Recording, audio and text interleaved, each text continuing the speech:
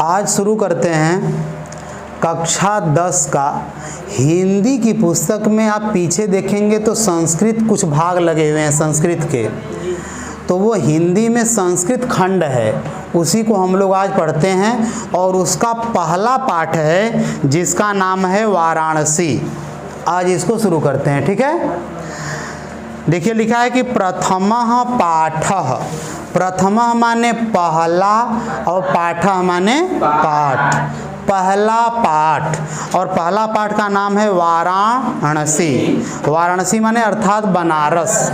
शुरू करते हैं, सभी लोग मिलाते रहिएगा ना, और हम अर्थ बताते चलेंगे।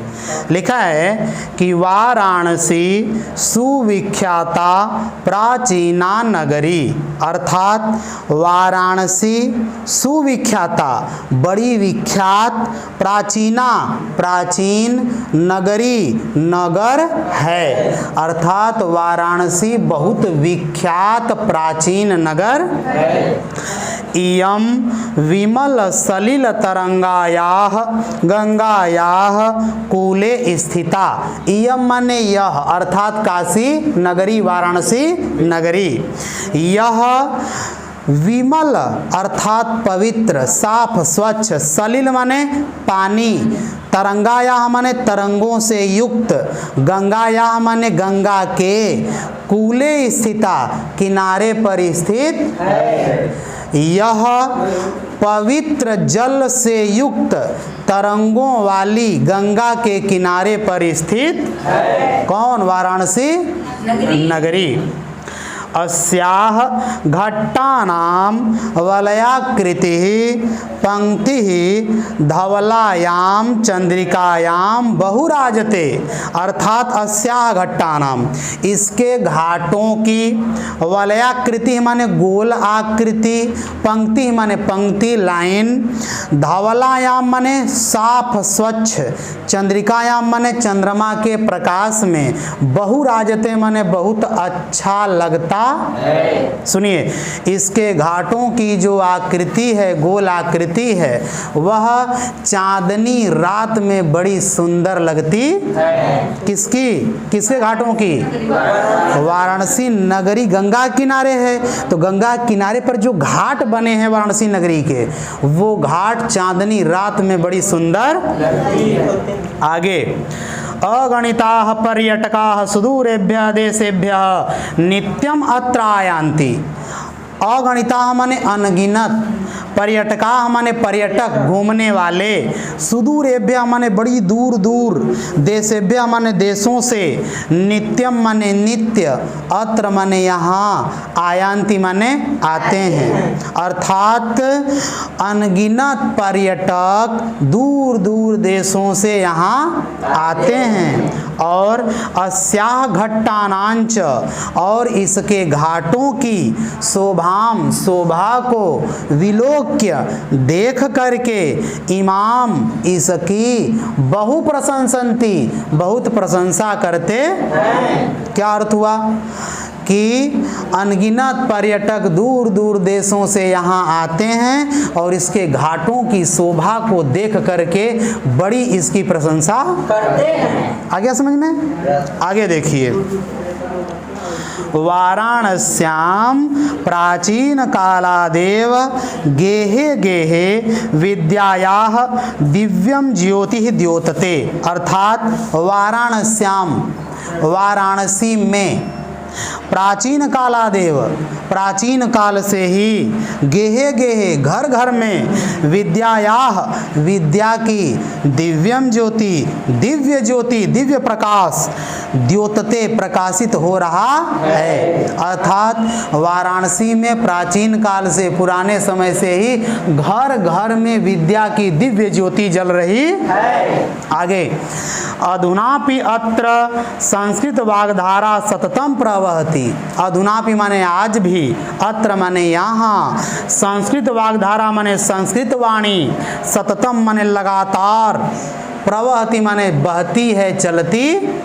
आज भी यहाँ संस्कृत भाषा लगातार चलती रहती, लोग बोलते हैं। और जना नाम लोगों के ज्ञानं च वर्धयति, और लोगों के ज्ञान को क्या करती है, बढ़ाती है। कौन? संस्कृत भाषा, संस्कृत वाणी।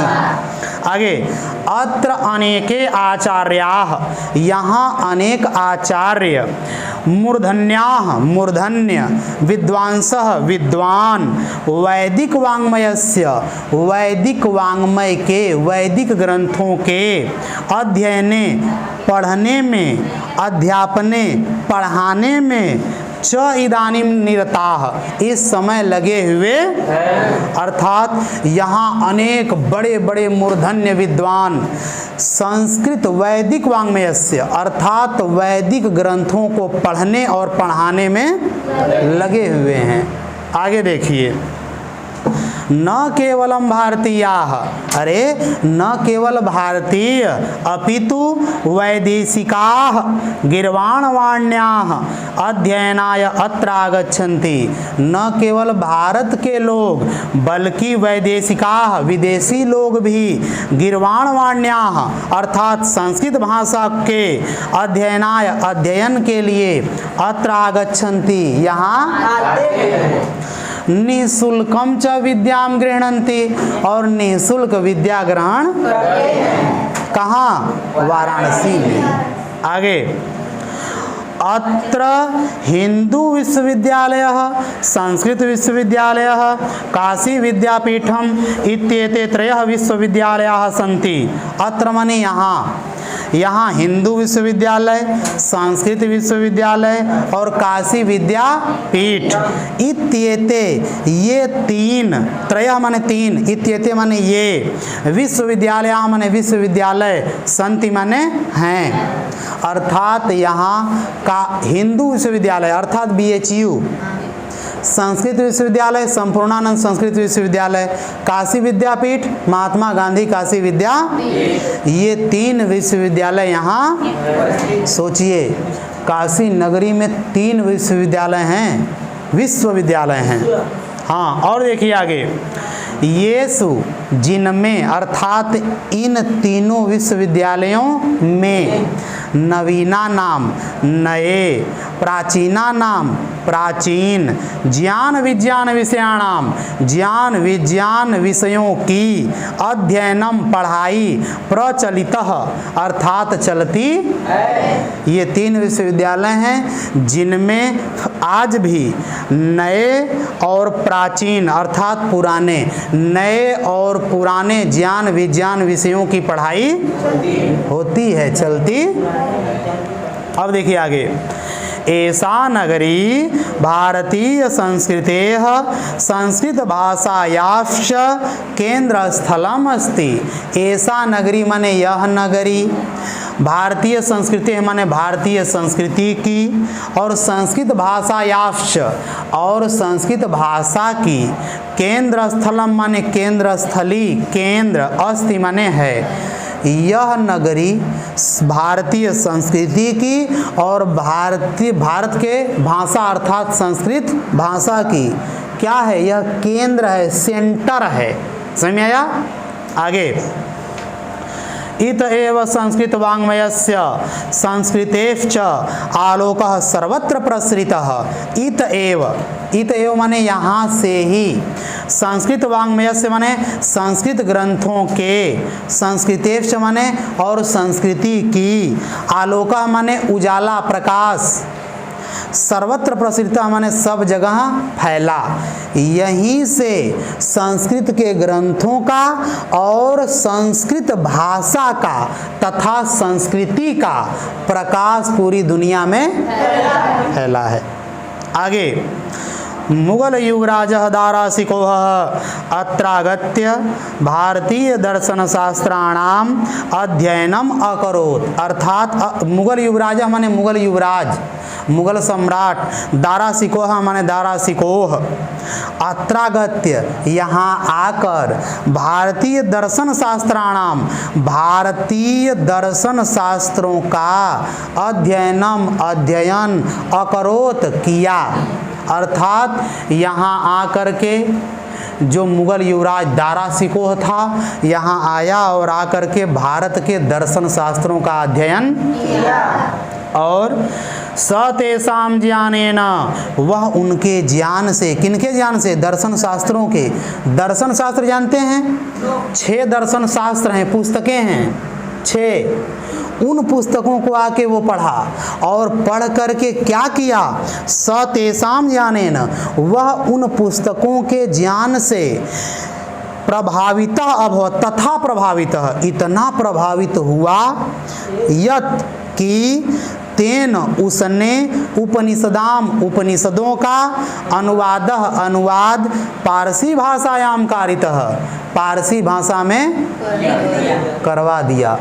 वह उनके ज्ञान से, उनकी बातों से, उन पुस्तकों की इतना प्रभावित हुआ कि उसने उपनिषदों का अनुवाद किस भाषा में कराया?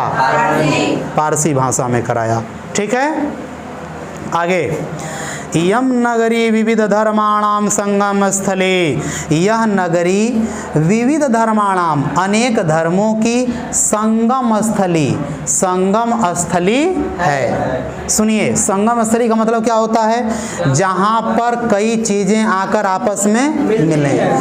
तो यह वाराणसी नगरी ऐसी है कि यहाँ आपको हर एक धर्म के लोग मिलेंगे, हिंदू, मुस्लिम, सिख, ईसाई, यहूदी, पारसी, जैन, बौद्ध, जितने देख लीजिए, आपको सारे धर्मों के लोग बनारस में। इसलिए यहाँ पर लिखा हुआ है कि यह नगरी अनेक धर्मों की संगम स्थली है। जैसे इलाहाबाद में जाएंगे तो गंगा यमुना सरस्वती का संगम है कि नहीं?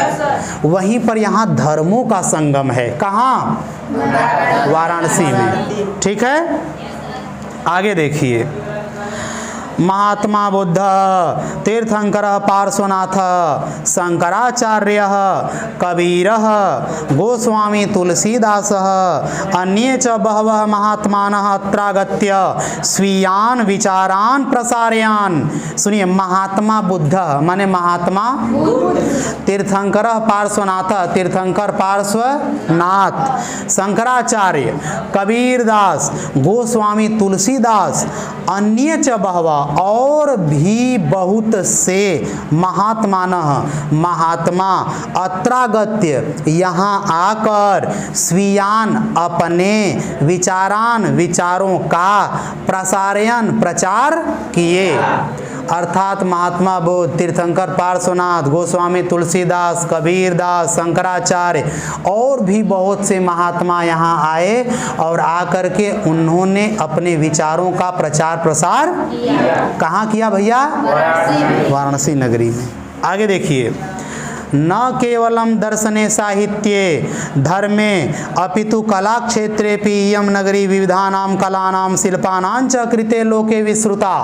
कह रहा है कि न केवलम दर्शने, अरे न केवल दर्शन में, साहित्य में, धर्म में, अपितु माने बल्कि कला क्षेत्रेपि कला के क्षेत्र में भी, इयम नगरी यह नगरी, कौन नगरी?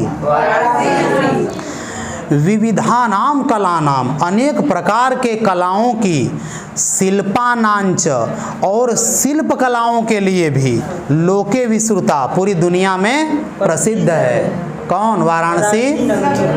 अनेक प्रकार की कला और शिल्प कला। शिल्प कला का मतलब होता है कि पत्थर को खोद के जो मूर्ति बना देते हैं, क्या कहलाता है? और अगर आप ये दीवार है और इस दीवार पर यदि आप चित्र बनाते हैं तो वो आपका कहलाएगा कि ये चित्रकला है।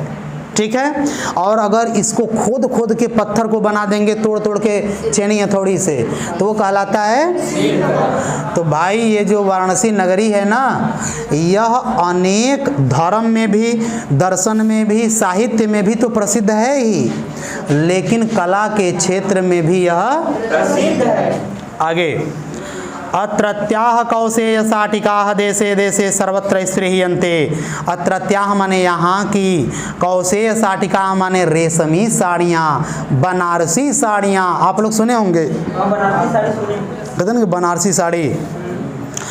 यहाँ की रेशमी साड़ियाँ देशे देशे, देश देश में, सर्वत्र स्त्रीयन्ते, सब जगह पसंद की जाती है। अत्रत्याह प्रस्तर मूर्तयः प्रथिताः। अत्रत्याह माने यहाँ की, प्रस्तर मूर्तयः माने पत्थर की मूर्तियाँ, प्रथिताः माने बहुत प्रसिद्ध, अर्थात यहाँ की पत्थर की मूर्तियाँ भी बहुत प्रसिद्ध हैं, बड़ी पसंद की जाती। इयम निजाम प्राचीन परंपराम इदानीमपि परिपालयति। इयम माने यह, काशी वाराणसी नगरी, निजाम माने अपनी, प्राचीन परंपराम माने प्राचीन परंपरा को, इदानीमपि माने आज भी, परिपालयति माने पालन करती, अर्थात आज भी वाराणसी नगरी में प्राचीन परंपराओं का पालन करती है, करते हैं लोग और किया जाता है। तथैव गीयते कवि भी। अरे इसीलिए कवियों के द्वारा गाया, गीयते गाया जाता है, कवि भी, कवियों के द्वारा, अर्थात कवियों के द्वारा गाया जाता है। क्या गाया जाता है तो सुनिए, लिखा है कि मरणं मंगलम यत्र विभूतिश्च विभूषणं, कौपीनं यत्र कौशेयं सा काशी केन मीयते। कहीं कहीं पर अलग अलग लिखा हुआ है किसी किसी पुस्तक में, लेकिन अर्थ वही है। ठीक है, आया ही नहीं समझ में? भले ही थोड़ा सा पाठ इधर उधर हुआ है, शब्द अलग हो गए हैं, लेकिन अर्थ एक ही है। देखिए लिखा है कि मरणम मंगलम यत्र, मरणम माने मरना, मंगलम माने शुभ, मंगल, यत्र माने जहाँ, यत्र माने है, जहाँ पर मरना शुभ है, अर्थात जहाँ पर मरना शुभ माना जाता है। और विभूतिश्च विभूषणम, विभूति माने राख, और राख से ही जहाँ लोग विभूषित होते हैं, अपने आप को शोभित करते, अर्थात जहाँ राख को ही आभूषण माना जाता है। जाइए गंगा जी के तट पर देखिए, लोग राख लगा के, भस्म लगा के घूम रहे हैं, है कि नहीं? तो कह रहे हैं कि जहाँ पर राख को ही आभूषण माना जाता है, राख से ही लोग अपनी सुंदरता को बढ़ाते, भस्म लगा करके। और कौपीनम यत्र कौशेयम, और जहाँ पर रेशमी लंगोट प्रसिद्ध है, वह सा काशी, वह काशी नगरी, केन मीयते, किससे उसकी तुलना की जा सकती, अर्थात उस काशी नगरी की तुलना किसी नगरी से नहीं की जा सकती। समझ आ गया नहीं आ गया? इस श्लोक का अर्थ एक बार फिर से सुनिए, मैं पूरा बताता हूँ। कह रहे हैं कि जहाँ पर मरना शुभ माना जाता है, और जहाँ पर भस्म को, राख को ही आभूषण माना जाता है, और जहाँ की रेशमी लंगोट, जहाँ के रेशमी लंगोट बड़े प्रसिद्ध हैं, उस काशी की तुलना पूरी दुनिया में किसी से, अर्थात उस काशी नगरी की उपमा कहीं दी नहीं जा सकती है। वह काशी नगरी सर्वश्रेष्ठ है। ठीक है, आपका यह पाठ समाप्त हो गया।